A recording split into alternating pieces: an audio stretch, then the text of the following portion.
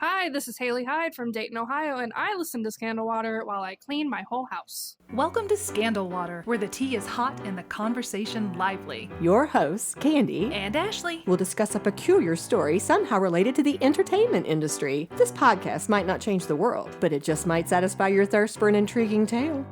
Oh, it's that time of day. Tune in and hear what the ladies say. It's time to bend your ear when the silver screen appears.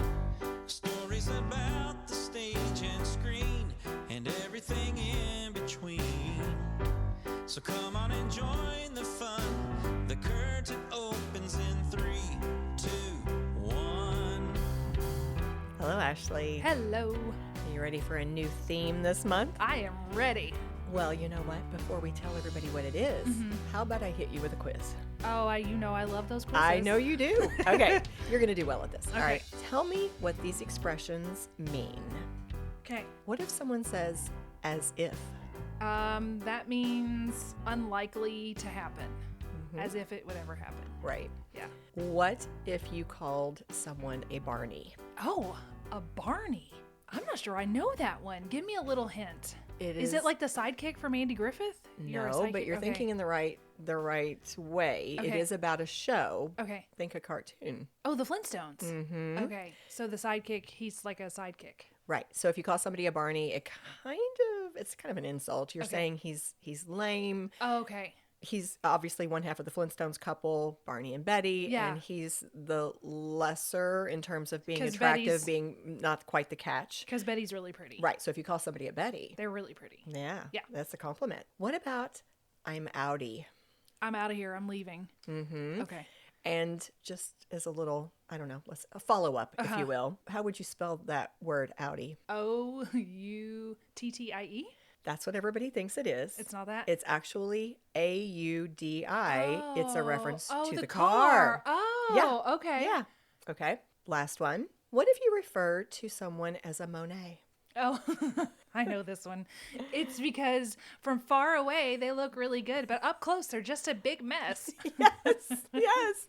Okay, so obviously these come from what movie? Clueless. All of these Yeah. are from Clueless. I Yes. thought that would be a fun way to start. Yeah. You did well, by thank the way. you. Yes. But the reason why I wanted to bring this out is because, yes, we are going to be talking about the movie Clueless today. Our theme is actually focused on talented teens. This whole Yes. month, we're going to be talking Yes. about these really talented ensembles Yeah. of child or teen actors, young people who Yeah. just did a fabulous job. This is obviously a movie in which that happened. It's a strong start. It is. It is. But since I brought up this idea of language, let me go ahead and wrap this up before we move on. This movie, Clueless, it is given credit for really having such an impact on the language that everyone used in Absolutely. pop culture. Yes, absolutely. In fact, here is a quote from Town and Country. They had a magazine article about Clueless. I believe it was about a year ago. They said, Clueless didn't only mimic the vernacular of LA's 1% teens, it also introduced a new brand of language to audiences worldwide, one that you can still hear echoes of today. Again, following this little rabbit trail, the director and the writer, Amy Heckerling, she was so into language that she would keep this diary or journal of terms. And here's what she said about it. I'll read it from her own words. Every time you put in a line of dialogue, you drive yourself crazy thinking of the words you might use. So I put together a dictionary of words I might like. Good, great, happy, bad, and had a million synonyms at my disposal. It'd be like having a perfect thesaurus for my purpose. I still have it, and for a few years, I just kept adding to it. Now that everything's online, there's no point to it. I did it through the early 2000s, but now you can just Google. Wow. So she would talk to teens. She would talk to people in kind of different little niche kind of groups, and she would pick up some of the words or the phrases that they used that she liked, and she'd bring them on out. This is funny because just yesterday at rehearsal, one of the kids told me, you have a really good vocabulary. And I was like, oh, well, thank you. And then she said something, and I said, well, I might have a good vocabulary, but I have no idea what you just what you just said. And she said, she called something cooked, like, oh, I'm cooked. And I said, what does that mean? And she said, I'm done for. It's over. I'm done. So still today, there's so much in language that shifts and changes, even Right. from last year. Absolutely. Absolutely. Well, again, thought that would be a fun way to start. Now we're going to move into talking about the movie itself. And we've already said it's a great choice because it fits the theme so well. This ensemble cast so many talented young people, 2 of whom were teens. Brittany Murphy was only 17 No during the kidding. filming. She was the youngest cast member, and Alicia Silverstone had just turned 18. Oh, wow. She We is had- wonderful in I this know. role. We had 2 teenagers who were like the Big roles, yeah. central to this film.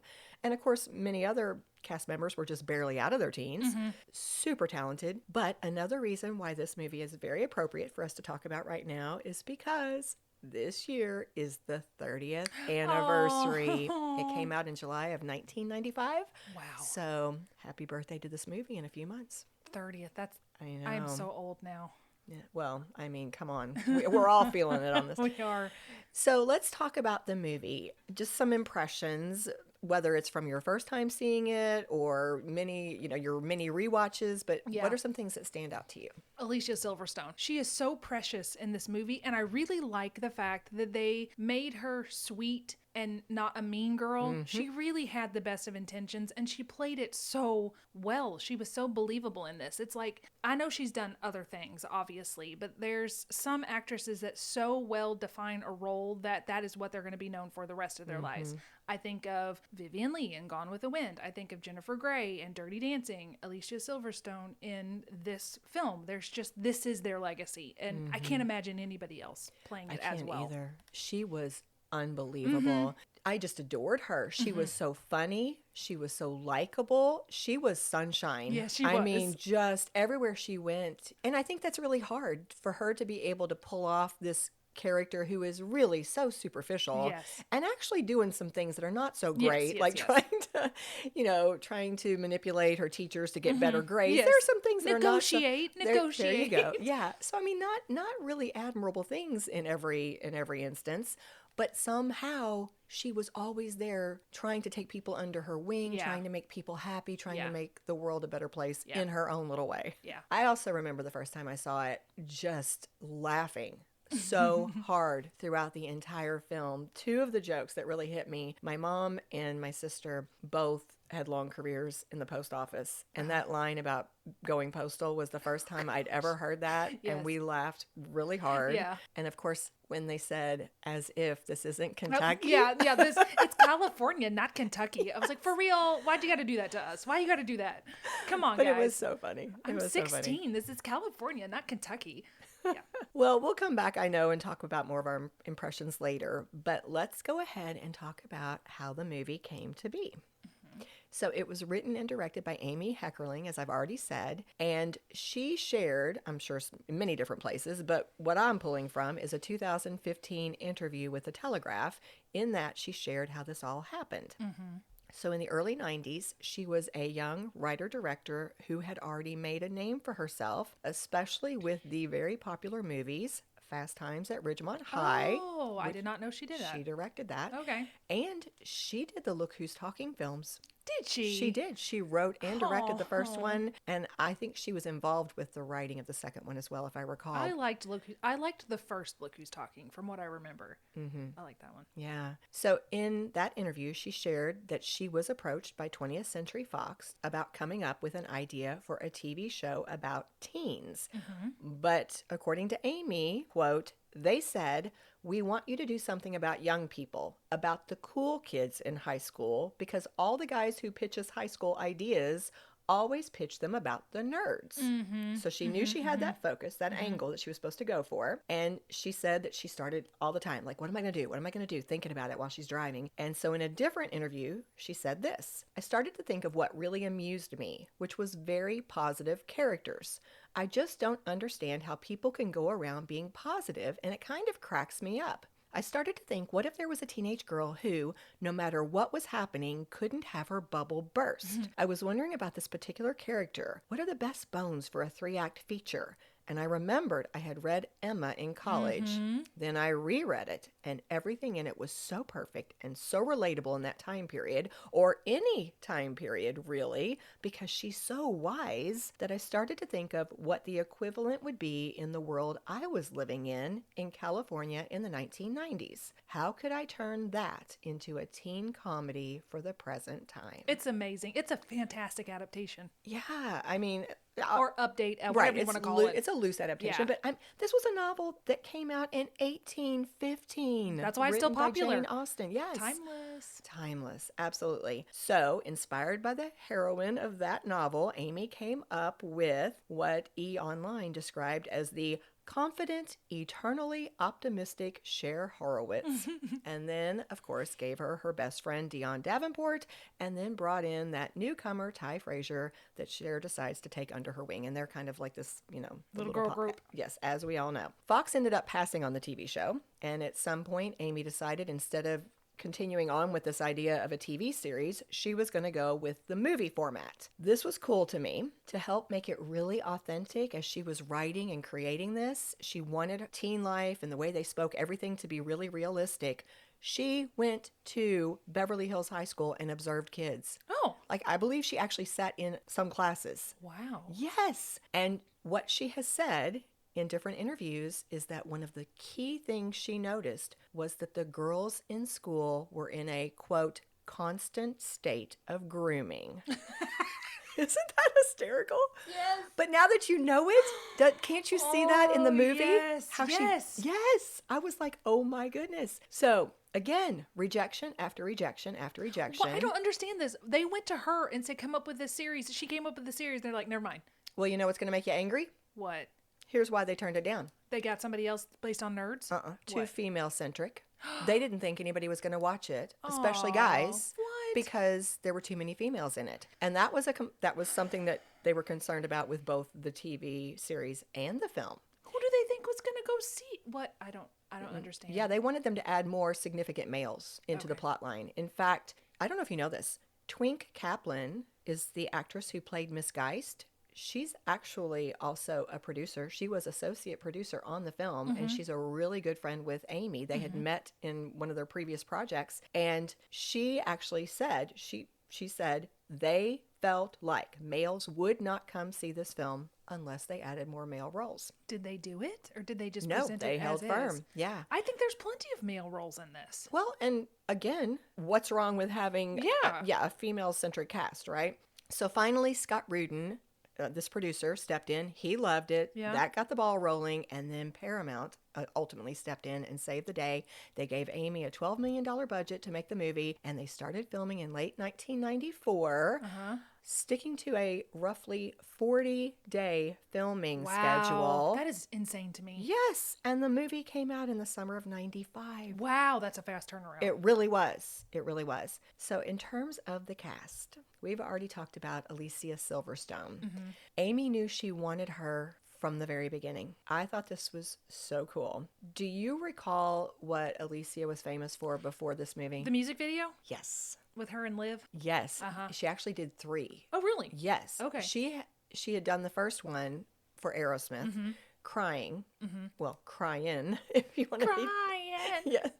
And then the one you're talking about might have actually been the third one. I can't recall, but that was Crazy, I believe. Okay, and I'm then a there little was one called mortified Amazing. that she's under 18 doing these now that I know that she's, a little mortified, but Yeah, keep going. she was around 15 or 16, I Yeah, think. that's okay. And I went back and I just got caught up in this. I went back and watched all 3. I can see where you would be so taken with this girl. She yeah. was amazing. This is like a 2 or 3 minute song, a video, and she is just mesmerizing. Oh, really. we'll have to watch it at the break. Yeah. But here's what Amy said. With Alicia, I was writing when the Aerosmith videos came on. The first one, the one where the guy steals her purse, which is Crying. Okay. I just saw her and went, oh my God, look at her. She is like a kid. She is adorable. You feel for her. She is beautiful. Her performance in the video I believed everything. I just went crazy for her. So when I handed the script in, by that time, the crazy video was out and I videotaped it. I gave it to the studio and said, think of this girl when you read it. And they said, oh, Liv Tyler? And I went, no. Yeah. Meanwhile, my friend, the casting director, was saying, you've got to see the girl in The Crush. Well, it's The Crush same came out girl. first? Yes. She was under I've seen that movie. That was with Carrie Elways. Way inappropriate. Okay. Yeah.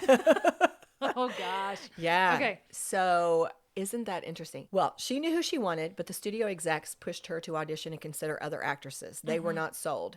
So she auditioned Alicia Witt, Tiffany Tyson. Is that how you say her last name? Tiffany Amber Thiessen. Thiessen, thank you. Okay. Carrie Russell, Reese Witherspoon, several They're not name right. actresses. They're not right. But she got her way. Good. She got her way. So as we said earlier, Alicia was 18 when the movie came out, and she shared that she had a great experience working on the film, but it was not nearly as much fun for her as it was for the other actors. She said, quote, for me, it was work. Everyone else came in and out, so they probably had a ball, but I was in every scene working crazy hours. I was exhausted. I bet she was, but she was just... It's just a beautiful performance. I loved her so much that I had a pen pal when I was younger, and I took on the name Alicia. Did you? Yes, I did.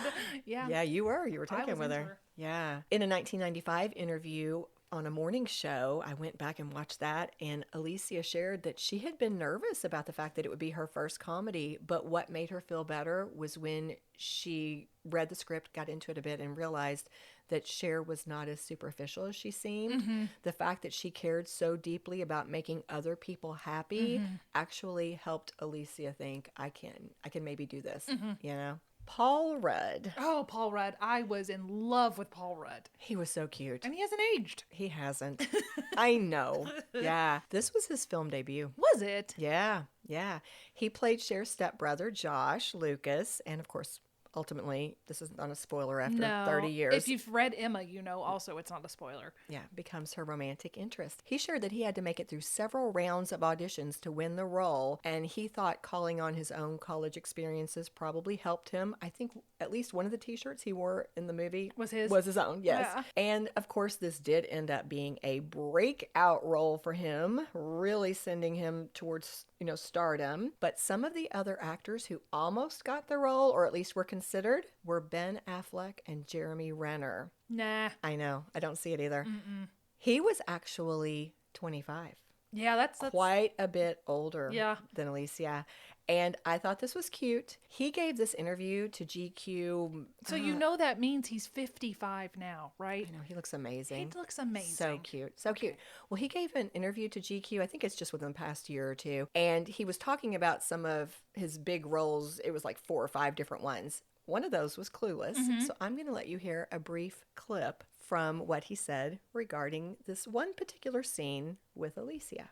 I want to say that scene on the top of the stairs, we were kind of working on it as we were filming it that day. I was very self-conscious afterward. Are you saying you care about me? Josh. As far as that kiss goes, I think my manager at the time, after the movie came out, said, oh, that was not good. He said I did not do that very well. So I'm like, hey, you weren't there. How would you know? It's a weird job when you're hired and part of your job is to kiss somebody. And I was very aware I was kissing the girl from the Aerosmith videos. And that there was going to be a lot of dudes who were going to be very jealous of me. I was very aware of that. Wasn't that cute? That is cute.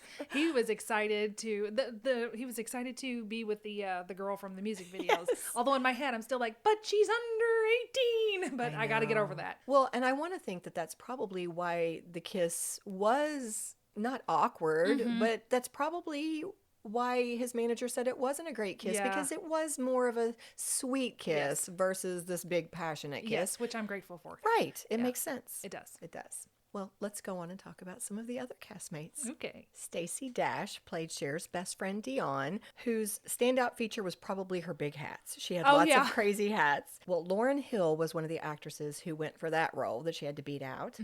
And just as far as her background goes, Stacey had started working in Hollywood in the late 1980s, and she'd been in movies like She was a lot older too, right? Oh, yeah. She already had a child. Mo Money was one of her movies, Renaissance Man, and then, of course, she got this role, which would, again, end up being her breakout, even though she'd already been in other films. And she shared that she was a little surprised to be cast because she was so much older. This is what she said to Entertainment Weekly back in 2012. I was 27, and I was playing this high school student, and I had a son at home who was 6 years old. Oh, my goodness. Yeah.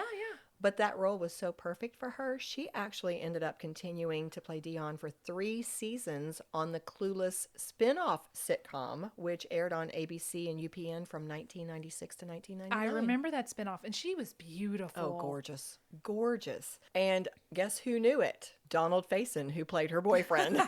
Yes. I know him as Turk Me too. Mm-hmm. from Me Scrubs. Love him. I think he's so adorable. Well, he played her boyfriend Murray in the film. He was around 20 or 21, so he's significantly younger than her when he was filming that. But Amy commented that this couple's chemistry was real, at least on his side.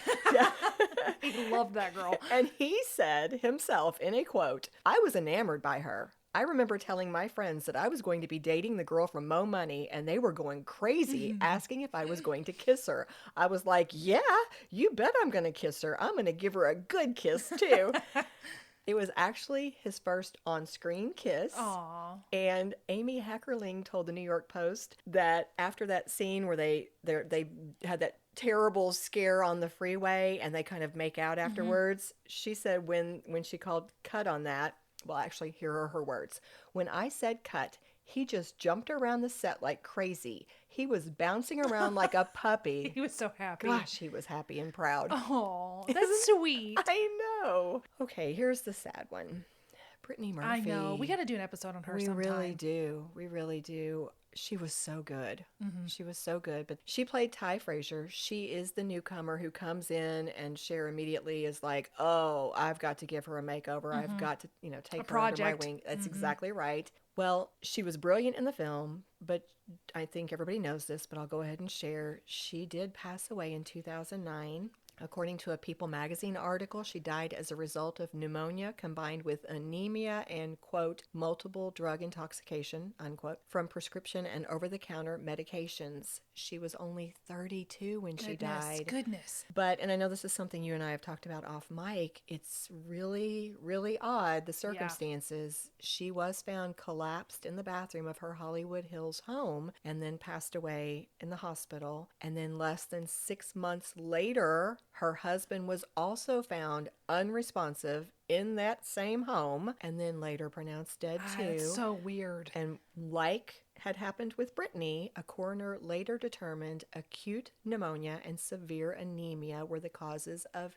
his death. There had to be some kind of toxic mold in that house or something. It was, I did not do a deep dive on this, but I Googled just a tiny bit, and a couple of articles were talking about the mystery surrounding their deaths. Again, mold is definitely something that people are throwing around. Again, this is not a deep dive, but I believe I saw that his mother had reported that he had told her prior to his death that they had found mold in the house. And this is interesting. Apparently, there's a whole little other rabbit trail we could go down. There's rumors that the house is or what? It's actually, let's say was, because it's been torn down and rebuilt, was haunted. Ooh. Britney Spears had lived in it prior to them, and she had said weird things were going on and supposedly left quickly. Ooh. And then, again, this is one article, guys, so take it with a grain of salt. What if it was the toxic mold causing hallucinations, which made them think it was haunted? Who knows? It could be, but in this one article, Simon was the husband, and he had reportedly told people after Brittany's death that she didn't like being in that house, that she would try to avoid staying there, that sometimes they would be, because they had more than one home. So they might be heading towards that home, and she would be like, let's stay at the hotel instead. Wow. She didn't like it there for some reason. So I know, interesting, but okay. On a happier note. Future episode. Right. On a happier note, this was a breakout role for Brittany as well. She, again, was only 17, and everybody talked about her talent and also how very sweet and happy she was. Alicia actually shared this story about how Brittany won the role. This was something she told Entertainment Weekly in an interview. Quote, "I always remember when she auditioned for the part. It was the first time I was in a casting room where I was not auditioning. I was just there to help them facilitate chemistry reads. I just remember when she came in and did hers, because when she walked out of the room, I was like, 'You guys, did you see that?'" As if they would know. That was a great Alicia. Thank you. They were like, "Yes, we saw that." They were excited too, but it was my first time. She was just so good. Brecken Meyer was the one who played Travis, who was the skateboarder who became Ty's love interest. And his story's kind of cute. He told Entertainment Weekly, "I was in a really dry spell career-wise. I blew through any money I made as a kid doing commercials. I lived above a garage and I had no heat, no hot water, and a mattress on the floor. I had to skateboard over to Seth Green's house to take showers and wash my clothes." So that was his best friend. Yeah. And a fun side note, maybe not so fun for Seth, is that Seth was going for the same role. He got it and he instead. won it. Yeah. Yeah. I bet he's not allowed to take showers there anymore. Actually, they still hung out Oh, that's afterwards. good. Well, Yeah. that's nice. Yes. Help me say the last name. Dan Hedaya. Oh, I don't know. Okay. Well, he played Cher's dad. Oh, yeah. I don't know Yeah. how to say that. Do you know what came to mind for me? Do you know the big role that in At Least a Candy, this is what he's known for? Cheers. Do you remember he was Carla's ex-husband on Was Cheers? he? Yes. I get him mixed up with the guy, I think his name was Dean, that played on Quantum Leap. I get the two of them confused. Okay. But No, yeah. this was Carla Tortelli's ex-husband. He had that recurring role on Cheers, which began in 1984, and then later had a short-lived spin-off, The Tortellis, in 1987. Interesting. Yeah. And of course, he'd also done a lot of other movies, supporting roles in Blood Simple, Addams Family, The Usual Suspects, lots of other Addams things. Family. We need to do an episode on that too. I keep coming up with new episodes, and we're not keeping track, guys. So we're just saying we need to do that, and then it goes off into the ether. That's right. That's right. Well, the last two I'm going to mention, and then you can chime in if there's somebody else you want to bring out, because this was a big cast. It's a great cast. Yeah, that's why they're on. wonderful. That's why they're part of the theme this month. Is they're talented. Well, I thought I would talk about, briefly, Miss Geist and Mr. Hall. We've already said that Twink Kaplan played Miss Geist. She didn't realize that Amy was going to pull her in to do this. What a great name, though. It is. It's a great name. Some of them call her Twinkie as a nickname. Yeah. But she said that this teacher that Amy developed was based on one of her own teachers back in school, and Amy had it in her mind that Twink would do a good job playing her. So she brought her in, and then Twink made Amy be in the scene where she throws the bouquet. Okay. Yes. Now, Wallace Shawn. Sean is so great. I love seeing him. I did not remember he was in it. You didn't? I did remember that. Yeah, we all know him from The Princess Bride. He played Mr. Hall, who ends up winning the heart of Miss Geist. And here is a quote from him. "I suppose they thought it was good casting. I didn't have to audition. I actually had been a school teacher, and so I knew some of that from the inside." What? I know. I was like, I had no idea. Well, I'm going to stop there. I thought we could take a break. Okay. And when we come back, we'll talk about fashion and some other things. It was so important to this film. So important. We'll be right back. And we are back. And you know, to lead us into this little section on fashion. Which I have to say, you look very fashionable today. Well, thank you. You do. I have a little book club meeting after Aw. this, so I thought I would actually put on something other than sweats. I did not get that memo, but she looks adorable, everyone. And book club people, you're going to be blessed by her presence Aw, later. thank you. That's so sweet. Well, it's okay. Back to fashion. Now that and I've flustered Clueless. you. I know. I'm like, I got a compliment. That's so sweet. I thought I would let Alicia herself kick off this section. This is a little story she told when giving a Vogue interview. All the costumes were designed by Mona May, and at first you see Cher is wearing a plaid Dolce & Gabbana yellow and black checkered skirt, white Mary Jane shoes, white knee-high socks, and then there's a white t-shirt and a yellow cardigan, and then on top of it, of course, the suit jacket. There were 3 options for this opening scene: a blue version, a red version, and the yellow version, and Amy and Mona together chose the yellow one because they felt that it was most appropriate for the scene. It's a nod to a schoolgirl uniform, but in an elevated, chic, very high fashion way. And it's so absurd. Immediately you're transformed. You know the world you're in because that's not how kids dress to go to school. No. It's just not. But somehow it just feels right and it works. You're seeing these boys dressed in grunge and such. There's such a contrast. She's just like bright yellow sunshine walking through. And it sort of had a grunge edge to it because it still was like yellow and black plaid. But putting it on a little girl made it so different. I think I had 64 costumes in the movie. I would be standing in these fittings, just like, And I remember when I was shooting with Mona, she was like she was annoying to me, you know, because I just was trying to do this job and I would just think, why are the clothes so important? But of course I knew the clothes were so important. I mean, the clothes are everything. The clothes are the star of the film, or at least the co-star. In that clip, they showed her at I still say in my head, at stop signs. I totally paused. Although I do stop at stop signs, but when I pull away from it, I always think, I totally paused. I loved what she shared because, I did too. First of all, 64 outfit changes. That is so much. It is crazy. That has to be almost an outfit every couple minutes. Yes. Well, it was a 100-minute film. Woo, yeah. So crazy.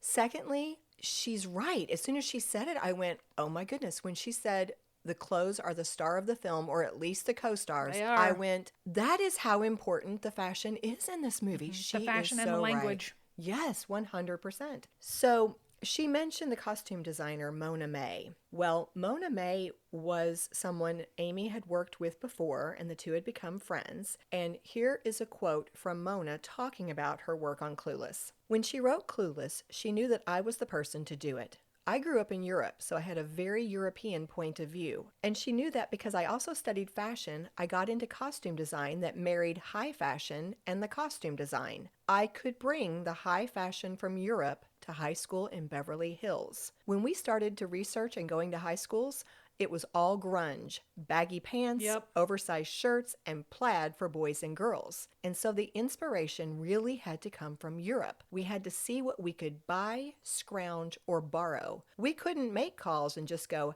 hey, we're doing this movie. Can you send a bunch of stuff? Yeah, no. So it was such a huge job for her, creating all of this, bringing in this European fashion because everything was grunge. Mm-hmm. Yeah. But the impact of this movie, several sources, as I was researching, they talked about how this movie moved so much of the fashion from grunge into more preppy stuff. Yes. Yes. So it didn't just have an impact on the language. This is a cultural zeitgeist. Absolutely. 100% impact. When the movie was released, it was immediately a hit at the box office and also with critics. We mentioned that they were given a budget of $12 million, but the film reportedly brought in $56 million in ticket sales. Mm-hmm. And another impact. Remember, they were concerned about a female-centric movie, especially teen females. Mm-hmm. Well, this proved it could sell, that it could do really well. Yeah. Guys. Ugh. And of course, we've already said it led to the 1996 TV spinoff and also a 2018 off-Broadway musical. Oh, I didn't know that. Which Amy Heckerling wrote. Good for her. Yes. And of course, it also inspired so many other works outside of the Clueless franchise. I wonder if Mean Girls was inspired by this. Who knows? Could be. Mona, again, same costume designer I was just talking about, she had a quote that to me spoke a little bit to female empowerment. She said, "A cultural touchstone for 90s kids, it's still timeless enough to speak to every group of teens who have come after. Girls and women all over the world respond to the movie to this day because the characters have this sense of themselves. Even though Cher had flaws and was self-centered, her actions come from trying to improve the world as she's improving herself." Yeah, I think so too. I think you can, I think today she'd be called narcissistic, but I don't think that's true. I think you can be self-centered and not be narcissistic. She's just young and focused on herself because that's her entire world is herself, but she's expanding it to include other people. Right. And she's growing into a less self-centered, better person as she focuses on helping others. Right. Yeah, but that phrase that Mona used, I saw it in several sources. They called this movie a cultural touchstone. Touchstone, that's a better word than zeitgeist. Yeah. Well, one other impact, it also, of course, brought a lot of fame to the cast members. Yeah. We've already touched on that. It also led to some lasting friendships. Oh, good. It's so cute. I think it was Instagram, one of those platforms. Alicia has had some little TikToks or little video clips that she's done with her son. And she's done some with Stacey Dash. They got together and they would play little bits from the movie and they would mouth it, Didn't she do a commercial recently where she revived her character? And wore it wasn't the exact same outfit, but it was definitely meant to represent that yellow plaid outfit. Yes, I love it. Well, one other lasting relationship is Alicia's with Amy Heckerling. She said this: Amy and I have seen each other a lot over the years. We've done events together. We've gone to see plays together. She's seen me in plays that I've been in, and she's so sweet. We have always been in contact in some way or another, specifically over the last 16 years. Not as much right after the film. In fact, not until I was about 30 did we really deeply reconnect, just because life goes on and you just sort of go about your business. But when the movie kept getting retrospectives, we just came together and we have this special bond, a love and respect for each other. I love that. I do too. Armchair psychologist. And that brings us to the armchair. Oh, okay. Yeah. Well, first, I do want to give you an opportunity. Is there anything else about the movie itself that you want to discuss? I think you've covered it pretty well. It has been, you watched it more recently than I am, so I am going on memory. But you've covered the fashion, you've covered the language, you've covered how much it affected the world at large. No, I think you got pretty much all of it. You didn't talk about who was her little villainous foil, the redheaded girl? Amber, did you talk about her? I did not. Okay, I just thought she was a good foil, and she's the one that did the whatever. Yes.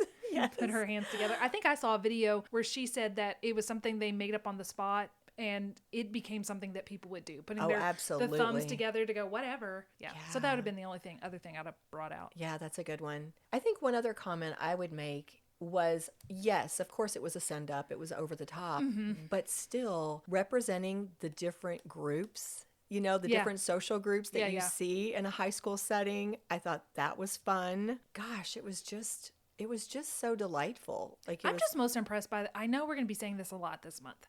I am so impressed by the young people and how talented they are being so young. She's 17 years old and heading up this movie and is the main character wearing 64 costumes in every single scene. And even if she was exhausted, you couldn't tell. She was phenomenal. So I just think she's fantastic. Well, that was actually my second question. I was going to bring us back to the fact that our theme was talented teens, and I was going to ask you what stands out about this particular ensemble cast of teens in this movie, and you just already answered that. I think it's just her. I think she was the secret sauce that made this. They were all good. I'm not taking away from any of them, but this film was centered on her, and if she had not been this perfect embodiment of this character, I don't think that it would be as well remembered as it is today. 100%.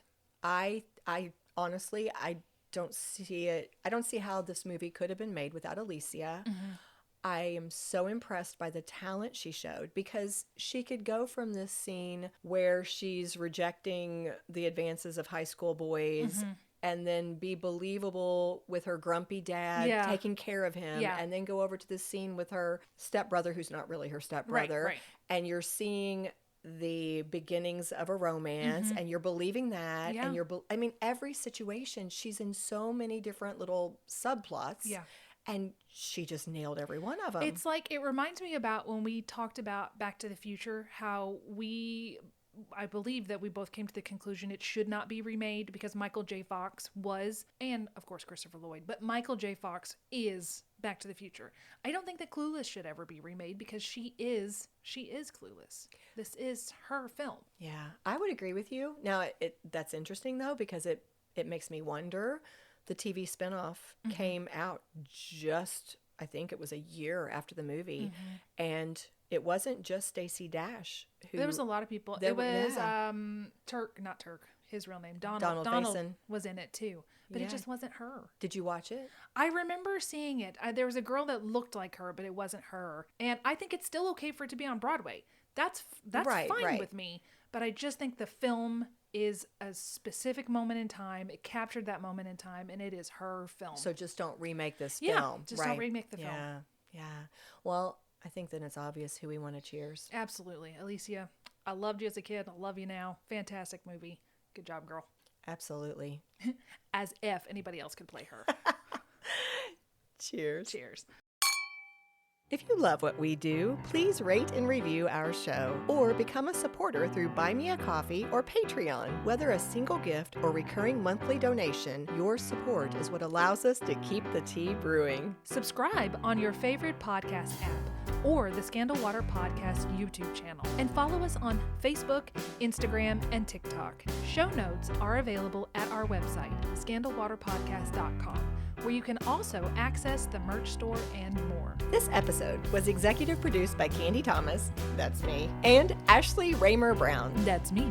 It was researched and written by Candy Thomas and edited by Ashley Raymer Brown. A special thank you to Josh Martin, who wrote, composed, and performed the Scandal Water theme and other music. Matt C. Adams, who created the artwork, and Joshua Reith, who designed our website and provides ongoing technical support. As a reminder, this podcast is purely for entertainment purposes. The thoughts and opinions of the host during each episode of Scandal Water are their own and do not reflect the opinions of any future guests, advertisers, or clearly professional psychologists. Thanks for listening.